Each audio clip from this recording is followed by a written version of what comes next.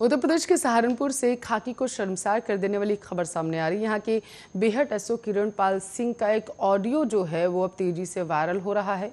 आपको बता चले, वायरल ऑडियो में महिला कारोबारी जो कि एक मुकदमे में वादी भी है, उसके लिए एसएचओ बेहट अश्लील शब्दों का प्रयोग करते हुए साफ नजर आ रहे हैं।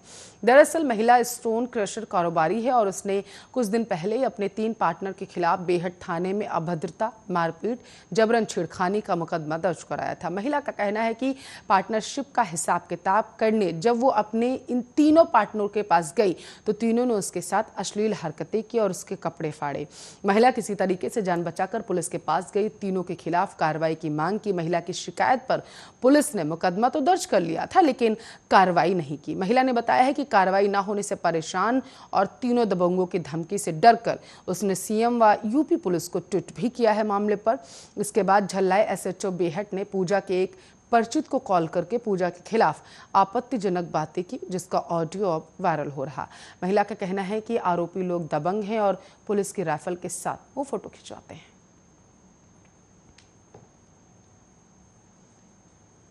शेयर बाजार और कॉर्पोरेट की दुनिया की बारीकियां सीखकर आपको बताते चले रहे बाबा रामदेव से एक गलती हो गई है। अपने समर्थकों के बीच एक योग सत्र के दौरान बाबा रामदेव ने करोड़पति बनाने की गारंटी दे डाली। अब इस बात के आसार हैं कि पूंजी बाजार नियामक सेबी इस पर कार्रवाई कर सकता है। इस बारे में एक वीडियो वायरल हुआ है जिसमें बाबा रामदेव हाल में एक योग सत्र के दौरान अपने समर्थकों से कहते हैं, आप लोग डीमैट अकाउंट खुलवाएं और रुचि सोया के शेयरों में पैसा लगाएं, आप करोड़पति बन जाएंगे, इस बात की मेरी गारंटी है। असल में इस तरह की गारंटी की बात करना सेबी के नियमों के खिलाफ है। भारतीय प्रतिभूति विनिमय बोर्ड के नियमों के मुताबिक किसी कंपनी के अधिकारी या कंपनी की तरफ से निवेशकों को लुभाने वाले ऐसे बयान नहीं दिए जा सकते। शेयरों के बारे में कोई भी व्यक्ति किसी को ऐसी सलाह नहीं दे सकता है। अगर कोई व्यक्ति लोगों को किसी शेयर में निवेश की सलाह दे रहा है तो उसे सेबी में रजिस्टर्ड निवेश सलाहकार होना चाहिए। सेबी का इतिहास रहा है कि उसने ऐसे मामलों में सख्ती बरती है। साल 2017 में ऐसे ही एक मामले में सेबी ने इमामी के चेयरमैन आरएस अग्रवाल पर 8 लाख का जुर्माना लगाया था।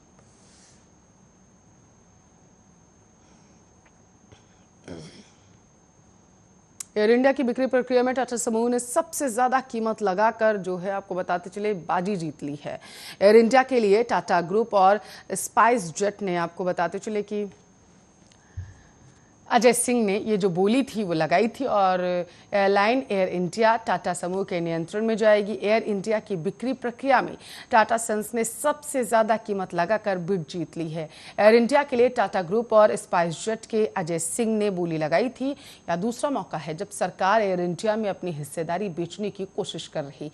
इससे पहले 2018 में सरकार ने कंपनी में 76% हिस्सेदारी बेचने की कोशिश की लेकिन उससे कोई रिस्पांस नहीं मिला। एयर इंडिया के लिए सरकार ने फाइनेंशियल बिड्स मंगवाई थी। सरकार इसी वित्त वर्ष में सरकारी एयरलाइंस का प्राइवेटाइजेशन करने का लक्ष्य लेकर चल रही है। सरकार के विनिवेश कार्यक्रम का हिस्सा भी है। सरकार एयर इंडिया और एयर इंडिया एक्सप्रेस की अपनी 100% हिस्सेदारी जबकि ग्राउंड हैंडलिंग कंपनी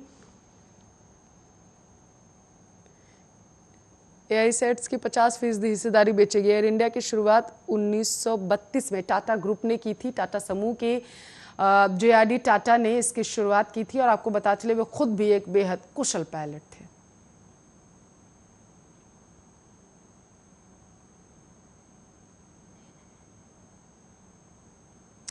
तो मुंबई में एंटीलिया केस में संदिग्ध मुंबई के पूर्व पुलिस कमिश्नर परमवीर सिंह को लेकर बीजेपी ने उद्धव सरकार को घेरना अब शुरू कर दिया। बीजेपी के विधायक राम कदम ने उद्धव सरकार को आड़े हाथों लेते हुए पूछा है कि क्या परमवीर सिंह वसूली करने वाले मंत्रियों के नाम जांच एजेंसियों को बता देते, इसलिए उन्हें छिपाकर रख दिया गया। राम कदम ने कहा है परमवीर सिंह महाराष्ट्र में वसूली करने वाले मंत्रियों के आकाओं के नाम कहीं जांच एजेंसी को न बता दे। क्या यही कारण है कि महाराष्ट्र सरकार उन्हें छुपा रही? हर बार केंद्र पर उंगली दिखाने वाले खुद जिम्मेदारी लेना कब सीखेंगे? आपको बताते चले, मामले की जांच कर रही एनआईए ने मुंबई पुलिस के पूर्व कमिश्नर परमवीर सिंह को पूछताछ के लिए कई बार समन भेजा लेकिन उन्हें अब तक समन डिलीवरी नहीं हुआ।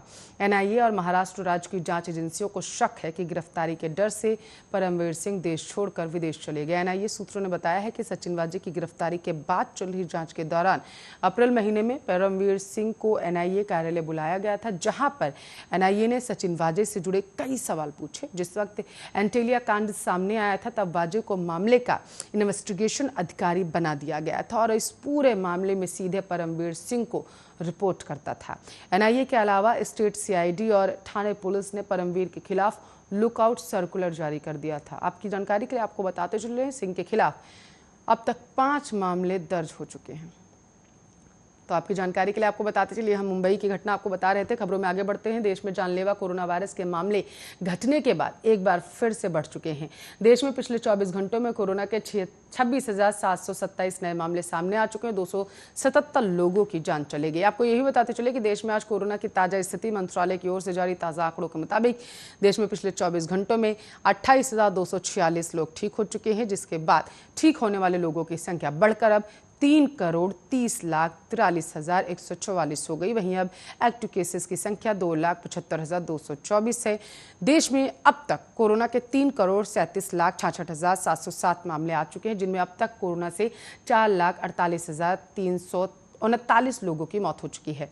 केंद्रीय स्वास्थ्य मंत्रालय ने बताया है कि देश में कुल कोरोना वायरस वैक्सीन की 64,40,451 डोज दी जा चुकी हैं, जिसके बाद वैक्सीन की डोज का आंकड़ा बढ़कर अब जो है वो 89,02,08,007 हो गया है। बताते चले कि देश के सभी राज्यों की तुलना में दक्षिण राज्य केरल में कोरोना के सबसे ज्यादा मामले दर्ज किए जा रहे हैं। केरल में पिछले 24 घंटों में कोरोना वायरस के 15,914 नए मामले आए हैं। वहीं 122 लोगों की जान चली गई।